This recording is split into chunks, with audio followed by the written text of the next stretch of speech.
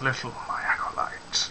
The prophesied day draws near, and soon every pathetic soul on this wretched world will be mine.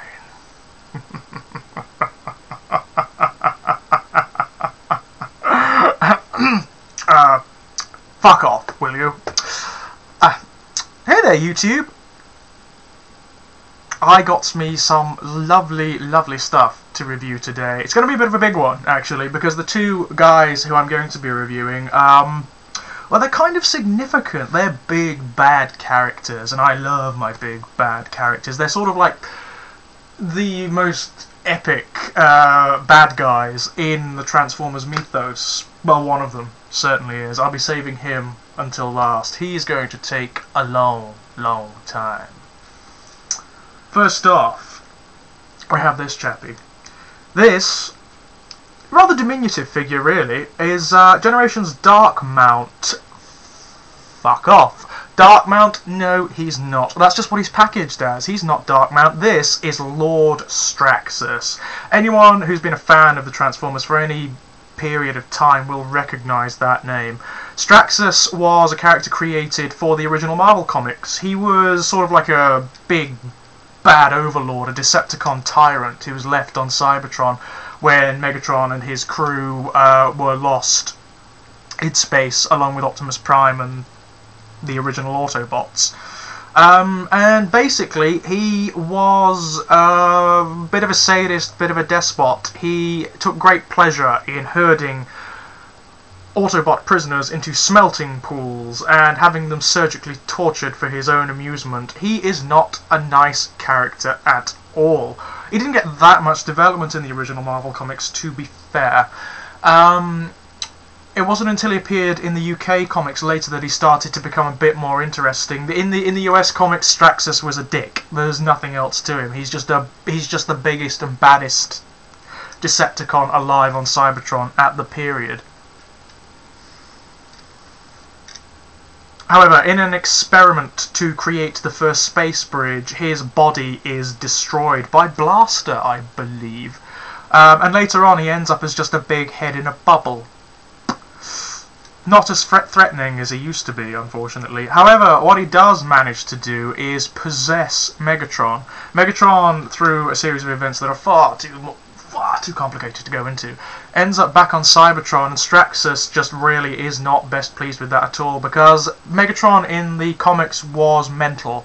He had a lot of issues, and Megatron posed a bit of a threat to his command, so he decided to take him over, which initially it seemed he did. However, later on it became apparent that Megatron and Straxus, rather than Straxus taking over Megatron's body, he just sort of implanted his mind into Megatron's body. So you had clashes between the Megatron consciousness and the Straxus consciousness. And he would turn up periodically to torment Megatron with visions and so on and so forth. He ultimately ended up being destroyed. Kind of ignominiously, really. I mean, I would have liked to have seen Straxus become a much more rounded character than he did end up being. Unfortunately, he was kind of left by the wayside, and I think the last we saw of him in that continuity is there's a kind of a very, very vague reference to him in the G2 comics, and that's it. He's gone. It's the end. Poof. He does turn up very, very briefly in the IDW comics. He is one of the original Cybertronians, along with the likes of Galvatron and Cyclonus and Scourge and Grindcore and Nova Prime, aka Nemesis Prime, who set off on a voyage of discovery but end up being sucked into a parallel universe where everything is dead and desiccated, but rather than dying and becoming desiccated themselves, they become undead zombie Transformers who return to the living universe to spread their message of decay and malevolence, etc., etc. That version of Straxus is very, very different from this. There's a lot of artistic license actually taken with this toy. The original Straxus turned into like a big Cybertronian bomber thingy. It's also kind of similar to what he turns into in the IDW comics as well. He's never been a land-based form, but nevertheless, this works reasonably well, I think. It's a sort of military half-track kind of vehicle. It looks very human. It looks like how Straxus might have looked if he'd taken on an Earth mode or something to that effect. And, you know, it's one of those toys, the Generations line, like the Classics line, suffers from problems with scale. Straxus deserves to be a Hulk, you know, he should be huge, he should be at the very least a Voyager class. When I heard he was a deluxe, I was a bit... that's not right. However, having gotten a hold of the toy, I can honestly say that really doesn't matter. It's such a lovely piece of work, there's detail all over the thing. It's very, very coherent, very, very little indication of the bot mode, and also it has a big whacking cannon. There's a bit of a size queen for the guns on Transformers, to be quite honest. I like big whacking cannons, and this thing, it's some sort of anti-aircraft missile launcher or something to that effect, but it's bloody lovely, and also it will go up and down. And you can also move the turret about 180-ish.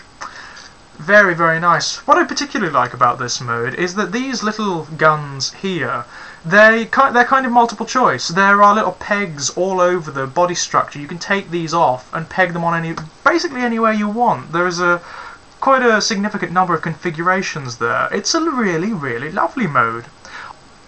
Yeah, he seems to be fairly characteristic of the quality we're getting out of the Generations line at the moment. I'm quite pleased. It seems to be taking everything that's good about the Classics line and moving it on slightly. It's beautiful. The plastic quality is great. He looks very, very intimidating. Would have been a bit better if he were a bit bigger. That's the only complaint I have about it, really. I want to see this in Voyager class. But as I say, that may be as a result of my own proclivities, because I do like the big bots. So yeah, that is Straxus, aka Darkmount, fuck off, in his vehicle mode. It's very, very, very lovely indeed.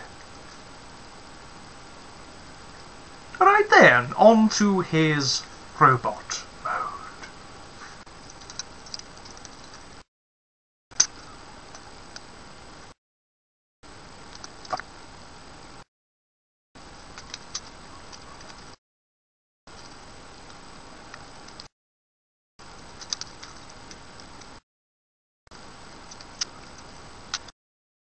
And there is our boy Straxus in his positively glorious robot mode, darlings. Oh yes, this bot does it for me in so many ways. My goodness. God, I'm a lonely man.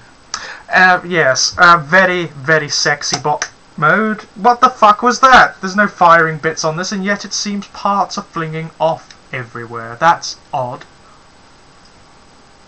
Yes, that's something you want to watch with the little minuscule gun things. They will go all over the frigging shop if they're not clipped on properly.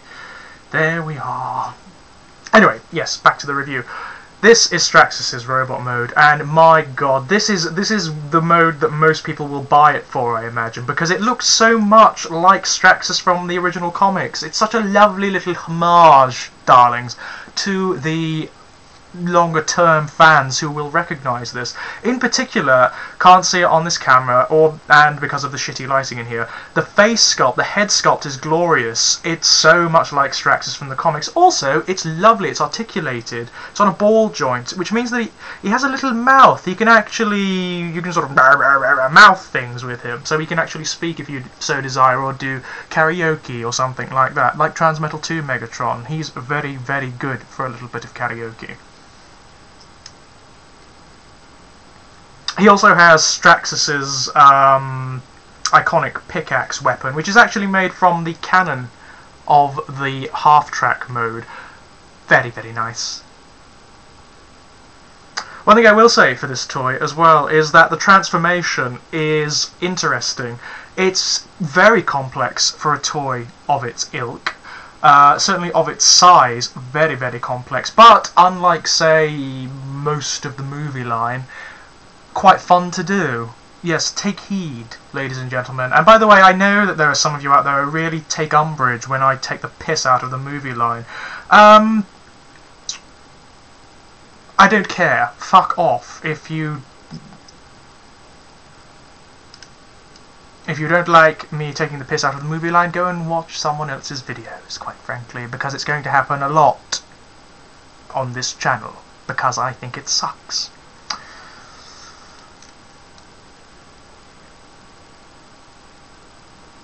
Well, yes, there he is. And you know, for such a small toy, and he is tiny, he's a very, very small toy indeed, he has this sense of bulk about him that's very appropriate. Even diminutive as he is, he looks very, very powerful. I think it's his big, broad, manly chest, and his big, broad, manly shoulders, and his big, manly, grasping hands.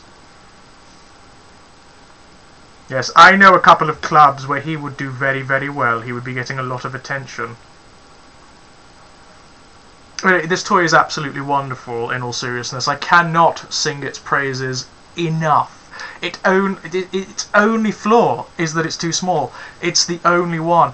Unlike, say, classics Galvatron, for example, which is too small and shit into the bar. Well, no, that's unfair. That's deeply unfair. It's not shit.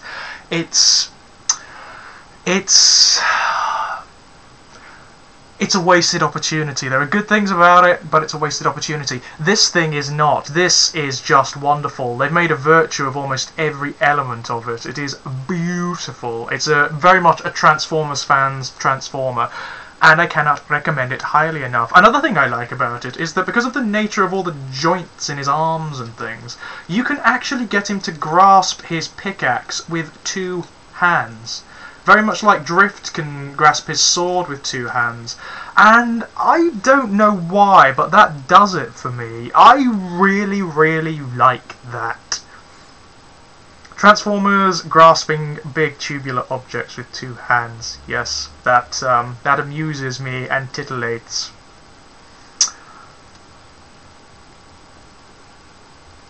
So yes, there's the first of my Generations reviews. Lord Straxus. Big, badass Decepticon overlord. Sadistic, tyrannical, barbaric. Great fun at parties. Now, the next guy I'm going to do, I'm really surprised I haven't done a version of this guy before, and so will you be when you realise who it is. This is one of my favourite characters ever from Transformers. I am a fanboy of this character. As Simon Furman to Grimlock, so me to this chappie.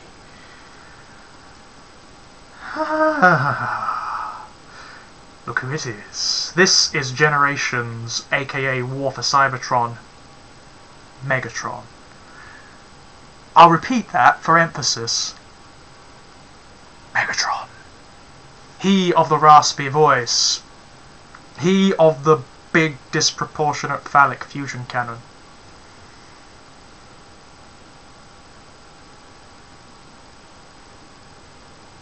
He, iconic leader of the Decepticons, founder of the Decepticon movement, initiator of the Cybertronian wars that drag on for X amount of billions of years. That Megatron. There's just too much history around this guy to go into. There are so many different incarnations of him out there. There's the G1 cartoon incarnation, there's the US comic, the UK comic, the Generation 2 comic, there's the War for Cybertron, there's the Dreamwave, there's the IDW. There are umpteen versions of Generation 1 Megatron. What I'm going to try and do is capture the essence of Generation 1 Megatron. Who is Generation 1 Megatron? Megatron is a disgruntled chappie, to say the least. He is unhappy with the status quo on Cybertron, and it depends on which incarnation you go for as to why he's unhappy. In some he's just unhappy because he's unhappy, and there's not much else to it than that. He's just unhappy, and he thinks he's going to make everyone else unhappy too. My favourite incarnations of him actually come from the Dreamwave and IDW comics. In those, he is a transformer with ideas. He actually has ideology behind him. He's not just a big, bad, sadistic tyrant, although there are elements of that to him. He genuinely has umbrage with the way the Autobots are running Cybertronian society. He believes that the Transformers have a wider destiny, a greater destiny that spans the entire universe. He believes that they are, in evolutionary terms, the perfect species. It's their right, and indeed their business and their duty, to conquer the rest of the universe and usher in a state of perfect peace through tyranny. He believes it's the only way that peace and stability can be achieved. That is, by basically wiping out all other civilizations and species in the universe and establishing a vast Transformer empire with Cybertron as its hub. And of course, him as its emperor. He believes himself to be the very pinnacle of Cybertronian evolution, intellectually, technologically, physically, in almost every conceivable way, and he's kind of not far off. He is one of the most powerful, the most intelligent, the strongest, the cleverest Transformers in existence. His skills in hand-to-hand combat, his military and psychological capabilities are phenomenal. That's not to say he's perfect, he really isn't, especially in a lot of the incarnations. It tends to be his hubris that undoes him. He tends to think a little bit too much of himself and overestimates his own abilities whilst underestimating those of his enemies. But you know, you can never keep the guy down. It doesn't seem to matter what you do to him. He always comes back, and he comes back fighting. He's one of the very few Transformers who can go toe-to-toe with the likes of Optimus Prime and probably beat the shit out of him as well. I've always liked those incarnations where Megatron is physically superior to Prime. I think that is definitely the way to go for any portrayal of Megatron. His combat capabilities are second to none, basically. He was a gladiator in Cybertron's illegal underground gladiatorial arenas for the longest time, and it's there that he learnt all of his martial skills. He has quite a significant knowledge of pit fighting techniques. It's a very brutal, direct style. I think the other Transformers who emphasise it are characters like Grimlock. Grimlock is very good at it as well. And there are many challengers to Megatron's throne, many challengers throughout Transformers history. The Starscream, obviously, who constantly attempts to usurp Megatron's power, but isn't quite clever or powerful enough to manage it. You have Shockwave, who has managed to do it a couple of times in some incarnations, but never manages to stay the distance. It's usually circumstance that defeats Shockwave. That and his myopia. His absolute obsession with rationalism and logic, which really doesn't work when you're facing a character like Megatron. There's been Scorponok, and unfortunately Megatron and Scorponok never really went toe-to-toe, which is a bit of a shame. I would have liked to have seen that. And finally, Megatron himself kind of becomes his own worst enemy in many incarnations, where he is transformed into the lunatic Galvatron. It's kind of a consistency in most Transformers universes that Megatron will at one point end up being critically injured, found by Unicron and reformatted into Galvatron, at which point he goes hideously insane, becomes uber powerful, but loses all of the cunning and the ruthlessness and the calculating quality that Megatron has. There is this sense that Megatron is always in control. Even when he's being defeated, he's made contingency. And he'll just come back bigger, badder and better equipped. Like all truly great bad guys, it's impossible to keep the guy down. This version of him is the War for Cybertron version, the computer game version. And one of my favourite incarnations of the character, actually. This version of the character leads from the front. He's completely brutal and has absolutely no time for failure whatsoever. He takes on bots who are at least 8 times his size and 20 times his power level and can win. he is simply like a force of nature. He is fantastic. Now, this toy incarnation is his Cybertronian form. It's his form before he comes to Earth and is reformatted into a more Earth-specific form. It's a kind of hover tank weapons placement thingy. And, you know, the thing with Cybertronian modes is they tend to be a bit naff, because they tend to be excuses to make Transformers that don't turn into anything, that just sort of fold up into vague shapes. This isn't half bad. It's not half bad at all. It looks kind of alien and angular and interesting, but it does look like what it's supposed to be, a kind of vehicular weapons mount. And of course this here is the iconic fusion cannon, which is grotesquely disproportionate, which is something I really like on Megatrons. Masterpiece Megatron is a really good example of that, and I'll be reviewing him at some point when I can work up the courage and the dexterity in my fingers. Yes, that is War for Cybertron Megatron, aka Generations Megatron, in his hover tank mode, and it's lovely. It really is nice. He does have a kind of tertiary mode, but it sucks ass. You can flip these things out here, and they've got like tank tread details on them, so you can actually put him on the floor and he rolls on wheels. Stupid. Doesn't need them. Why would he need that? He's a hover tank. He can go over any terrain. Very, very silly indeed. He does have a gimmick in this mode as well. He has a firing missile. I'm not going to do it because firing missiles are shit and they go everywhere and they get lost, and I don't like that very much. Right then, on to Megatron's robot mode.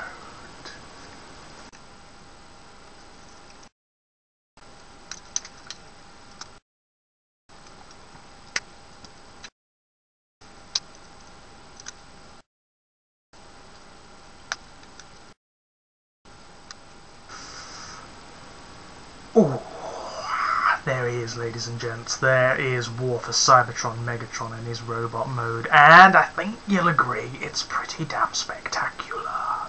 If you can see it, that is, with the shitty lighting in here at the moment.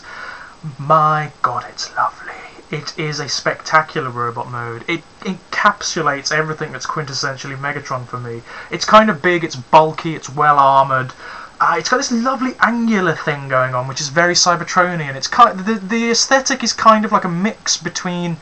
It's got a slightly G1 quality to it, but also at the same time there's almost something of the movie style as well, which I like. One of the things I particularly like about this toy, barring this huge weapon, which, well, just does it for me in all sorts of ways, really, is the back armour. The back armour is beautifully detailed. This thing here is a stylized Decepticon symbol moulded into the plastic. Lovely. And he has these two wonderful pipes and things here. Absolutely gorgeous. I love this toy. The only problem with it is the same with Straxus, really, and that is that, not to get too personal about things, it suffers from size issues. But hey, we really can't hold that against him. It's not the size that counts, it's how you use it. And tell you what, he makes up for his diminutive stature in all sorts of style, because he's beautiful. The poses you can get this guy into are fantastic. They really are. He looks very, very dynamic. You can point his fusion cannon all over the shop, which is nice. It's probably the best designed fusion cannon of any of the Megatrons, actually. It's really well detailed. Also, gorgeous, gorgeous face sculpt. It is a very, very lovely representation of what is arguably one of the most iconic characters from all of Transformers. Despite the fact that his original cartoon incarnation was a complete dick. So yeah, that's me getting all fanboyish about the big cannon-toting Generations Decepticons. Oh, they is lovely. They is very lovely. And I recommend all of them. But this one in particular, if you happen to be a Decepticon fanboy like me, then you can't do without him, darlings. You really can't.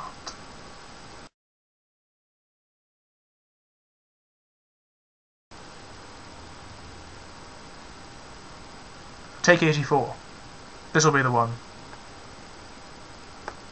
This would actually be satisfying if I was talking to anyone else. Hello. Come back, you sycophantic little... Ah, there you are. Yes, after you've finished slaughtering those worms at the Temple of Light, you might want to stop off at the corner shop. I have a need for some Bakewell tarts. What do you mean, what for? Something malevolent and nefarious, you fool. Bring them. And do not presume to question me again.